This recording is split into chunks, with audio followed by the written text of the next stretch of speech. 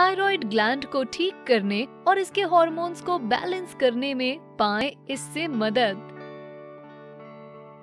Thyroid कैसे काम करता है? हमारे शरीर के थायराइड हार्मोन्स हमारे मेटाबॉलिज्म और हमारे सभी ऑर्गन फंक्शंस को रेगुलेट करते हैं। उनका असर सीधे सीधे हमारे दिल की धड़कन, कोलेस्ट्रॉल लेवल, एनर्जी, मसल, वजन और हमारी त्वचा और बालों के टेक्सचर पर और साथ ही हमारी याददाश्त, मूड और अन्य जरूरी शारीरिक गतिविधियों पर पड़ता है। तो अगर हमारा थायराइड ठीक से काम ना करे तो शरीर का हर सिस्टम धीमा हो जाता है। ऐसा होने की मुख्य वजह होती है हाइपोथायरॉयडिज्म नामक डिसऑर्डर। इस डिसऑर्डर से पीड़ित लोग थकान महसूस करते हैं या बहुत ज्यादा सोते हैं। आमतौर पर इनका डाइजेशन बहुत धीमा होता है और वजन काफी बढ़ता है। इनकी त्वचा रूखी, सोच धीमी हो जाती है और बाल भी टूटते हैं।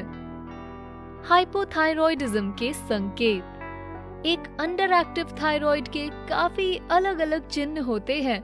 वहीं कुछ लोगों में तो कोई भी चिन्ह दिखते भी नहीं। खराब याददाश्त। इस संकेत का सीधा सीधा रिश्ता थकान से होता है। जब हम थक जाते हैं तो हमारा दिमाग बहुत अच्छे से काम नहीं करता, इसलिए जागते रहने की कोशिश करते वक्त चीजों को याद रखना सस्टेनेबल नहीं होता और इसलिए हमारी याददाश्त खराब होने लगती है।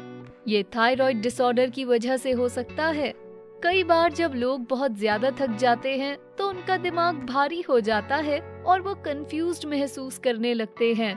ये कंफ्यूजन उनकी जिंदगी के अन्य हिस्सों में भी फैल सकती है, जिससे इंसान बेहद भुलक्कड़ और रोजमर्रा के कामों को पूरा करने में असमर्थ हो जाता है। क्या आपने अब तक थायराइड डिसऑर्डर के किसी संकेत को पहचाना? इसकी वजहें जानने के लिए वीडियो को आखिर तक देखें। ठंड लगना। अगर आप किसी ऐसे देश में रहते हैं जहां बहुत ठंड पड़ती है तो शायद इस संकेत को आप ठीक से पहचान ना पाएं। लेकिन अगर तापमान गर्म हो और फिर भी आपको ठंड लग रही हो या फिर आपका शरीर ठंडे तापमान में एडजस्ट नहीं कर पा रहा हो तो शायद आपको थायराइड डिसऑर्डर हो सकता है। रूखी त्वचा, टूटते बाल और स्प्लिट एंड्स। अगर आप देखें कि शरीर के कई हिस्सों पर आपकी त्वचा रूखी हो गई हो और आपके बाल काफी पतले और स्प्लिट एंड्स वाले हों, तो शायद आपको थायराइड डिसऑर्डर हो सकता है। बेवजह थकान। हम सभी कभी ना कभी थकते हैं, चाहे काम का लंबा दिन हो या स्कूल और काम के बीच की भागदौड़। शरीर को आराम चाहिए होता है, लेकिन अगर आप दिन के ऐसे वक्त अपनी एनर्जी खो रहे हैं जब आप आमतौर पर एनर्जेटिक रहते हैं, तो ये हाइपोथायरॉयडिज्म हो सकता है। अच्छा होगा कि आप इस सिचुएशन पर ध्यान दें और देखें कि क्या ऐसा बार बार होता है। आमतौर पर आपको सही खाने और पर्याप्त आराम के बाद भी थकावट महसूस होगी। आप देखेंगे कि आप झपकी लेने या रात भर अच्छी नींद लेने के बाद भी थके हुए हैं। थकान हाइपोथायरॉयडिज्म एक अंडर एक्टिव थायराइड ग्लैंड या हाइपरथायरॉयडिज्म एक ओवर एक्टिव थायराइड ग्लैंड दोनों का संकेत है। अगर आप थायराइड का इलाज कराते हुए पाएं कि अभी भी आपको बहुत ज्यादा थकान महसूस हो रही है, तो आपको तुरंत डॉक्टर से बात करनी चाहिए ताकि अन्य कोई हेल्थ इशू या कंसर्न्स का पता चल सके। क्या है जो थायराइड को धीमा करता है? इससे पहले कि आप अपने थायराइड फंक्शन को बूस्ट करें, आपको पहले ये समझना होगा कि आखिर कौन सी चीज इसे धीमा कर रही है। हाइपोथायरॉयडिज्म एक बहुत कॉम्प्लेक्स डिसऑर्डर है जो बहुत सारी वजहों से हो सकता है। पहली वजह थायराइड के खिलाफ ऑटो इम्यून रिस्पॉन्स हो सकता है। इसकी वजह से थायराइड उचित मात्रा में थायराइड हार्मोन पैदा नहीं कर पाता, जो इसे डायरेक्टली धीमा कर देता है। एक और आम वजह होती है टॉक्सिक लेवल्स, खासकर मरकरी में बढ़ोतरी। जिन लोगों की कैविटी फिलिंग्स होती हैं, उन्हें थायराइड डिसऑर्डर्स होने के चांसेस ज्यादा हैं क्योंकि फिलिंग्स में मरकरी होती है। साथ ही जो लोग ज्यादा समुद्री मछली खाते हैं उनके भी थायराइड ग्लैंड फंक्शन कम हो जाते हैं क्योंकि इसमें काफी मरकरी होता है।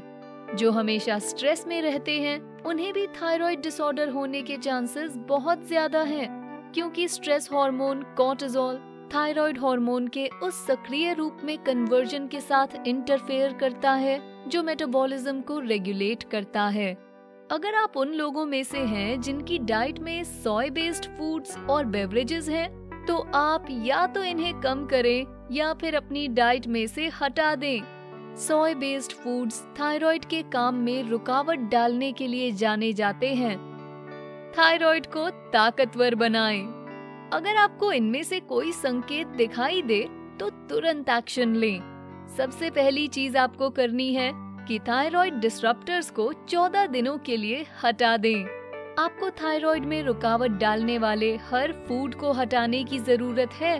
सबसे कॉमन फूड्स हैं फ्लैक्सीड ऑयल यानी अलसी का तेल, मूंगफली और पीनट बटर, ज्यादा मरकरी वाली मछली, कॉर्न, शराब और कैफीन। इससे आपको अपने थायराइड की मजबूती वापस मिलेगी। अगला कदम है अपनी डाइट से हटाए हुए सभी फूड्स की जगह ऐसे फूड्स खाएं जिनका इफेक्ट एंटी इन्फ्लामेटरी हो। एंटी इन्फ्लामेटरी इंग्रेडिएंट्स वाले सबसे कॉमन फूड्स हैं सब्जियां, फल, बीन्स, मेवे और बीज, नॉन मरकरी मछली और मीट, अंडे, दूध और स्वीटनर्स। थायराइड की सेहत सुधारने के लिए आपको अलग अलग पोषक तत्व भी लेने चाहिए। इसमें शामिल है आयोडीन, जो कि थायराइड हार्मोन्स बनाने के लिए एक जरूरी मिनरल है। अगर आप में आयोडीन की कमी है तो आपको अपने खाने या मछली, डेयरी प्रोडक्ट्स, अंडों और सीवीड में आयोडीन युक्त टेबल सॉल्ट डालना चाहिए। डाइट में शामिल करने वाला एक और पोषक तत्व है सेलेनियम। ये थायराइड हार्मोन्स को सक्रिय करने में शरीर की मदद करता है। सेलेनियम में बहुत से एंटीऑक्सीडेंट बेनिफिट्स भी होते हैं जो थायराइड को नुकसान से बचाते हैं। टूना और सार्डीन मछली, अंडे और फलियों में ढेर सारा सेलेनियम पाया जाता है। एक और पोषक तत्व जो थायराइड हार्मोन्स को सक्रिय करने में मदद करता है वो है जिंक। जिंक से TSH रेगुलेट होता है जो इंसान के थायराइड ग्लैंड को थायराइड हार्मोन्स रिलीज करने के लिए बताता है। शेलफिश, ऑयस्टर्स और चिकन में काफी जिंक पाया जाता है। गोइट्रोजेंस जैसे कुछ ऐसे पोषक तत्व भी होते हैं जो हाइपोथायरॉयडिज्म से पीड़ित लोगों के लिए हानिकारक होते हैं, क्योंकि इनके कंपाउंड्स थायराइड ग्लैंड के काम पर बुरा असर डालते हैं। गोइट्रोजेंस बहुत से फूड्स में होता है, जैसे कि टोफू, पत्ता गोभी, ब्रोकली, केल, फूल गोभी, शकरकंद, पालक और पीच। अगर आपको हाइपोथायरॉयडिज्म है तो आपको ग्लूटेन भी अवॉइड करना चाहिए। कुछ पोषक तत्वों के साथ ही आपको हाईली प्रोसेस्ड फूड्स, कॉफी, शराब, ग्रीन टी और सोय फूड्स जैसे कि बीन्स और सोय मिल्क को भी अवॉइड करना चाहिए।